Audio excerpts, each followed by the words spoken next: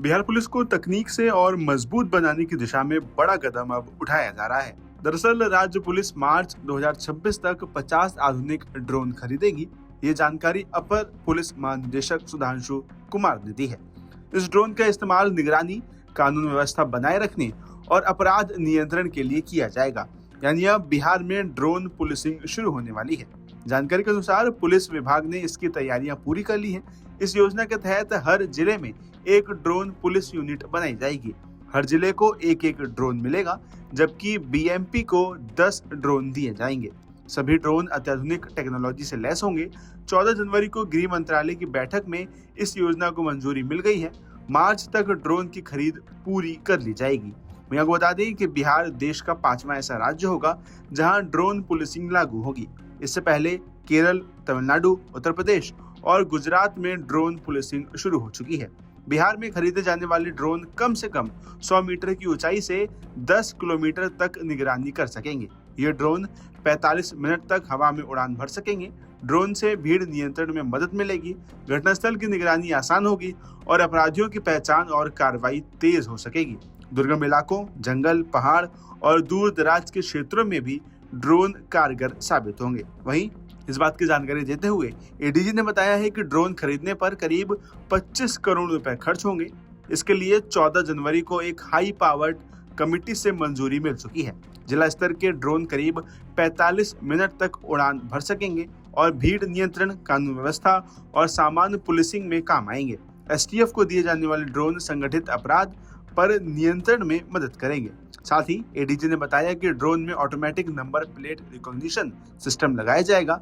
इससे ट्रैफिक नियमों के उल्लंघन की पहचान और जांच के दौरान वाहनों की ट्रैकिंग में सहायता मिलेगी। ऐसे में इस पूरे मामले की जानकारी देते हुए एडीजी ने क्या कुछ कहा है, आप वो सुनिए। राज्य सरकार द्वारा आमजनों को सुरक्षित एवं उत्तरदायी पुलिस सेवा प्रदान करने के उद्देश्य से पुलिस बल की आधारभूत संरचना का विकास एवं सुदृढ़ीकरण को प्राथमिकता दी गई है। इसकी बदौलत एक तरफ राज्य सरकार पुलिस बल को संसाधन युक्त कर रही है, दूसरी तरफ ये अपेक्षा रखती है कि उनकी कार्य संस्कृति में लगातार सुधार हो। इस दिशा में हाल के वर्षों में कई महत्वपूर्ण उपलब्धियां हासिल हुई हैं, जिसको हमने पूर्व के 4 प्रेस कॉन्फ्रेंस के माध्यम से आपसे साझा किया है। ये 5वां प्रेस कॉन्फ्रेंस है, जिसमें आपको आधुनिकीकरण प्रभाग से संबंधित कुछ उपलब्धियां बताई जाएंगी। सबसे पहले सुदृढ़ीकरण एवं क्षमता संवर्धन शीर्ष में असंप योजना है, जिसके तहत गृह मंत्रालय द्वारा वित्तीय वर्ष 2025-26 में विभिन्न प्रकार के सुरक्षात्मक उपकरणों, प्रशिक्षण उपकरणों, स्मार्ट पुलिस उपकरण, वाहन आदि के क्रय के लिए 15.195 करोड़ की राशि विमुक्त की गई थी। इसकी मैचिंग बिहार सरकार ने भी 10.13 करोड़ की राशि विमुक्त की है और उनसे जो उपकरण खरीद का मामला है वो काफ़ी एडवांस स्टेज में है।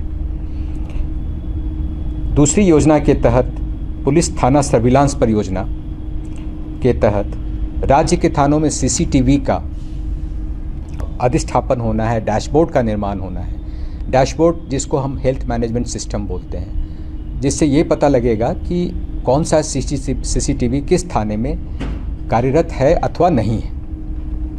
उसके लिए करीब 112.46 करोड़ की राशि की स्वीकृति दी गई है केंद्र सरकार द्वारा और इसमें राशि विमुक्ति अभी प्रतीक्षित है। मदर सैंक्शन अभी नहीं मिला है, वो मिल जाएगा जल्दी। जो तीसरी परियोजना है वो है ड्रोन पुलिस से संबंधित, जिसमें विभिन्न प्रकार के ड्रोन के क्रय हेतु करीब 25 करोड़ रुपए के अतिरिक्त प्रस्ताव को असंप के तहत इस बार स्वीकृति दी गई है। और ये स्वीकृति जो पिछले 14 जनवरी को यानी परसों हाई पावर्ड कमेटी की बैठक में हमें प्रदान की गई। इसका ये लाभ होगा कि हर जिले में कम से कम एक ड्रोन जो स्मॉल साइज़ का है और 45 मिनट उसका अवधि है जिसके लिए वो एयरबोर्न हो सकता है, वो हमें उपलब्ध होगा। और तो इस प्रकार 40 ड्रोन हुए टोटल और 10 जो हैं ड्रोन वो स्पेशल हाई क्वालिटी के वो एसटीएफ को उपलब्ध कराए जाएंगे, जो खास करके दियरा क्षेत्र में जो अपराध है उस पर अंकुश लगाने में काम आएगा। एक अन्य स्कीम है एसएमएफसी का, scheme for modernisation of forensic capacities. आपको मालूम होगा कि नया जो कानून है, चाहे वो भारतीय न्याय संहिता हो या जो भी है, उससे रिलेटेड जो प्रोसीजर्स अभी बनाए गए हैं उसमें फॉरेंसिक्स पर बहुत ज़्यादा जोर दिया गया है। और इसी वजह से विधि विज्ञान प्रयोगशाला और क्षेत्रीय विधि विज्ञान प्रयोगशाला के उपयोग, आधुनिकीकरण एवं नए क्षेत्रीय विधि विज्ञान प्रयोगशालाओं को क्रियाशील बनाने हेतु हम लोगों ने करीब 162 करोड़ का प्रस्ताव केंद्र को भेजा था। और ये 100% सेंट्रली स्पॉन्सर्ड प्रोग्राम है। इसमें सारी राशि जो है वो केंद्र सरकार को देनी है। तो हमें ये बताते हुए आपसे खुशी हो रही है कि इसका भी सैंक्शन केंद्र सरकार ने कर दिया है और उसका जल्दी ही इसमें मदर सैंक्शन भी प्राप्त हो जाएगा। आपके राज्य की खबरें, आपके शहर की खबरें सबसे पहले जानने के लिए देखते रहें अमर उजाला।